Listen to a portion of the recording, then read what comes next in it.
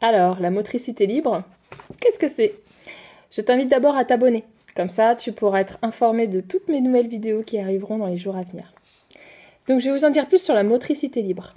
La motricité libre, c'est vraiment laisser l'enfant évoluer à son rythme. On ne mettra pas les enfants par case. On va pas dire à tel mois il devra faire ça, à tel mois il va devoir se retourner, à tel mois. Non, la motricité libre, l'enfant il va à son rythme.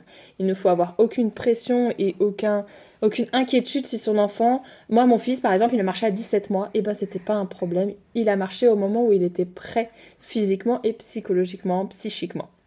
Donc voilà, donc la motricité libre, c'est vraiment le laisser aller à son rythme et ne pas utiliser d'équipements qui vont entraver ses mouvements.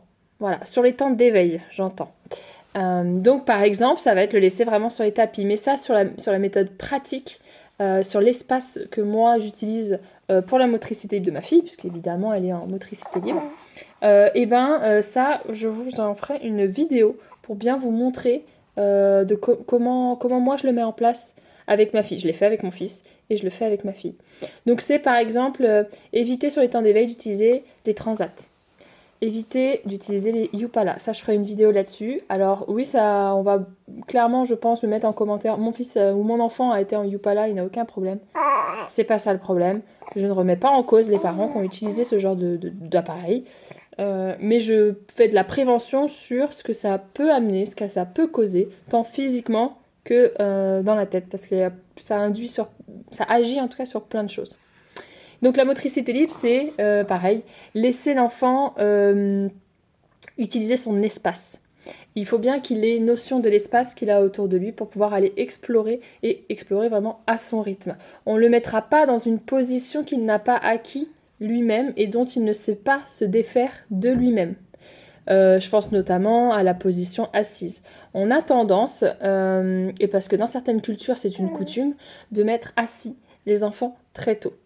Moi, de l'observation que j'ai fait professionnellement et personnellement, souvent les enfants qui ont été assis sans que eux atteignent cette position seuls, ce sont des enfants qui, par exemple, vont avancer sur les fesses. J'en ai vu énormément des enfants avancer sur les fesses, et bien souvent, c'est des enfants qui n'ont pas acquis la position assise d'eux-mêmes.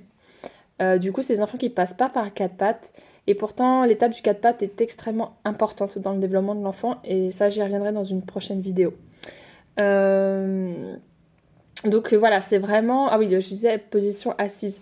C'est vraiment important de laisser l'enfant acquérir chaque position à son rythme.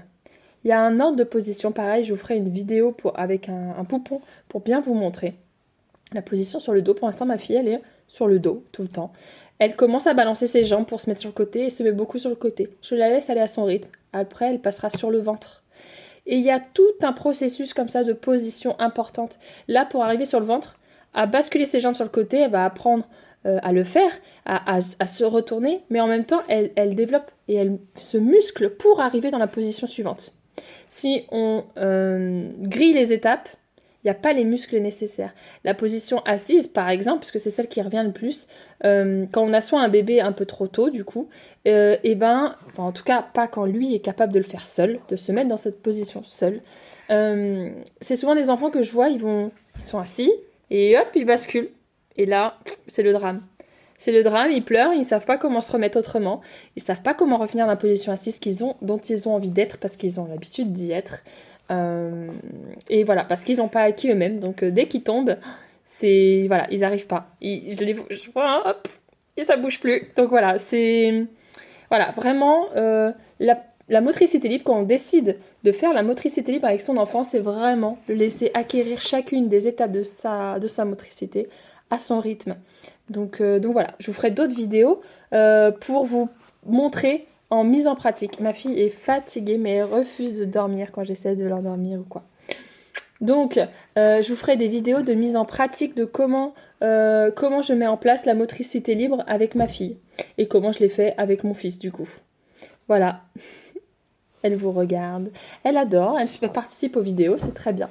Donc voilà. En tout cas, je vous souhaite une bonne journée. Si vous avez des questions en commentaire, n'hésitez pas, parce que j'ai peut-être pas tout dit. Mais de toute façon, sur ce thème-là, qui me semble très important, il y aura plein d'autres vidéos.